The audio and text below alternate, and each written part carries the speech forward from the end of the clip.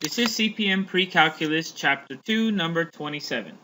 So here we're asked to use the law of cosines and or the law of sines to find the value of x in each triangle below.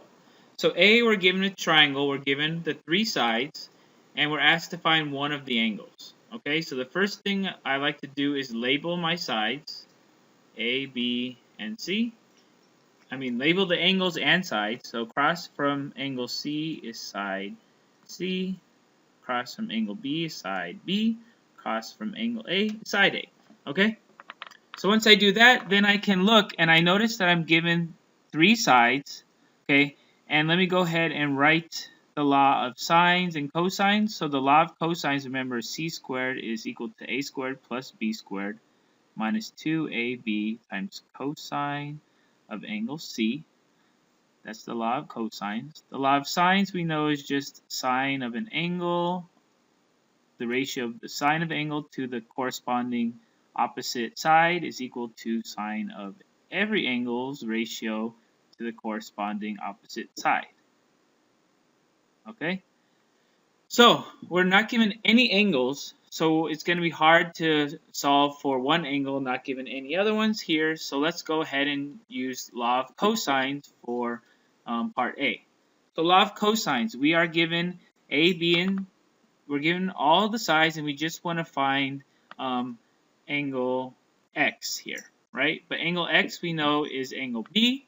So we don't want to use this variation of it. We want to use the variation that has cosine of angle B, right? And that's going to be b squared is equal to a squared plus c squared minus 2ac cosine B. Okay, so remember there are three variations of it, just like there are three sets of equals in the law of sines. So let's go ahead and do that. B squared equals a squared plus c squared minus 2ac times cosine of B. Okay, and before I plug any numbers in, I want to solve for B alone, big B. I want to get B equals something, and then I want to plug in the numbers and plug it in my calculator. Okay, so to do that, I'm going to subtract a squared and c squared from both sides. Okay, I cannot combine these terms, right, because they are not like terms. This is not going to, right here, the multiplication times cosine B makes it so I can't combine these. Okay, so I subtract a squared and b squared from both sides. I get b squared minus a squared minus c squared on the left. These cancel here, and I get negative 2ac cosine B. Okay, and now I want to divide by negative 2ac on both sides. Negative 2ac. Again, I'm not able to divide by cosine, right? Because cosine is not being multiplied by b. Cosine is actually taking b as an input and is wrapping b. Okay, so we can't just divide by it.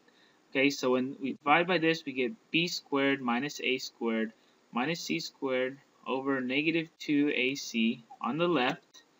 And then we cancel these out. We're just left with cosine of b on the right. Okay? So how do we unwrap cosine? Well, remember, to unwrap it, we do the inverse, which is the inverse cosine. And we do that to both sides. Okay, so inverse takes as input this.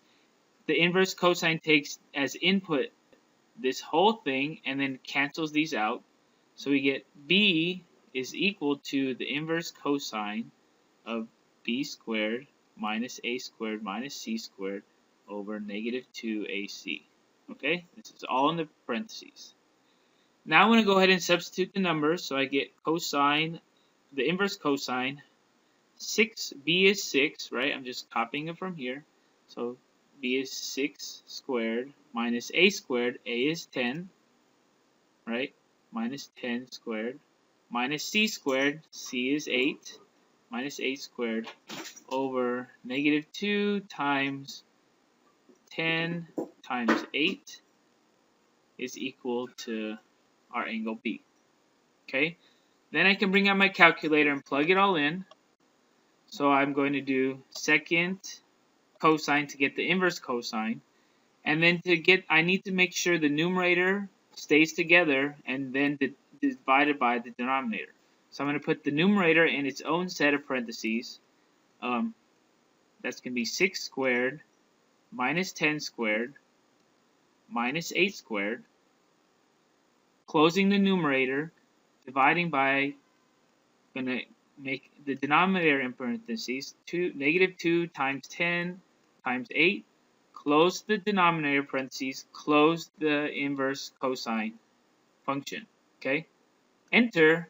So I get B, angle B is approximately 36.87 degrees.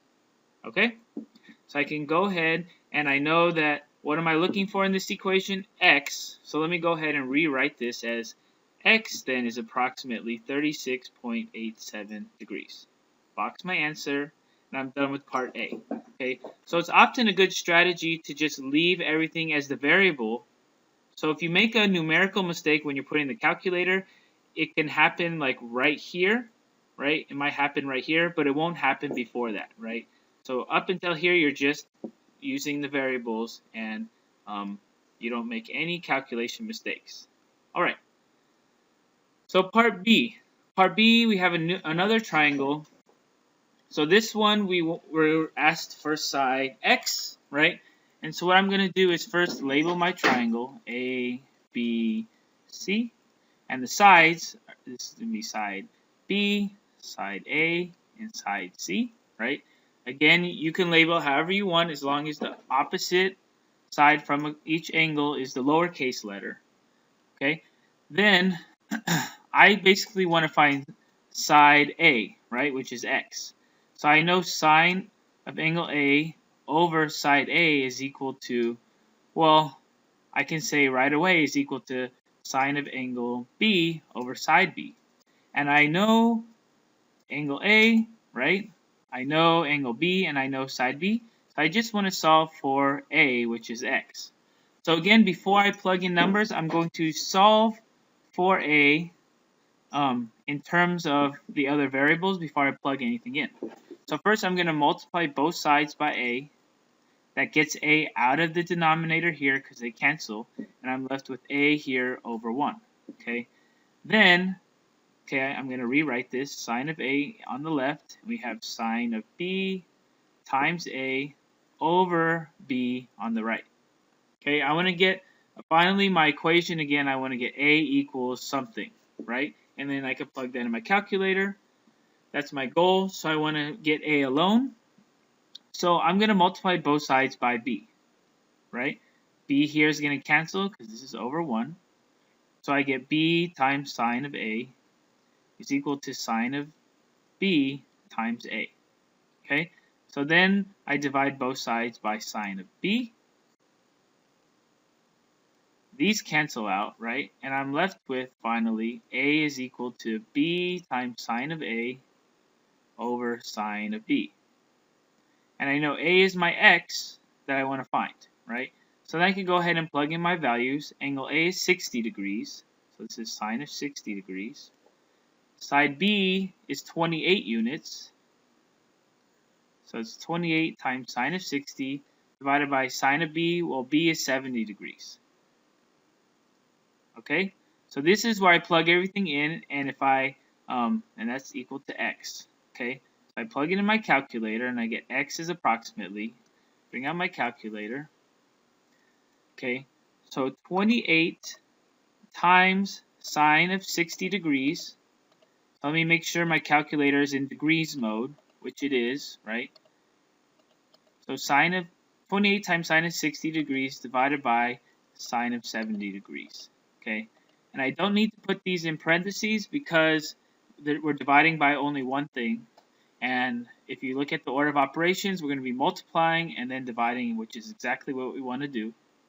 Put that in my calculator, I get X is approximately 25.8, and I want to round to 2 digits, so I'm going to put 80 because that 0 stays as a 0, and I'm going to include units here because we're not given the units, so I want to just say the word units.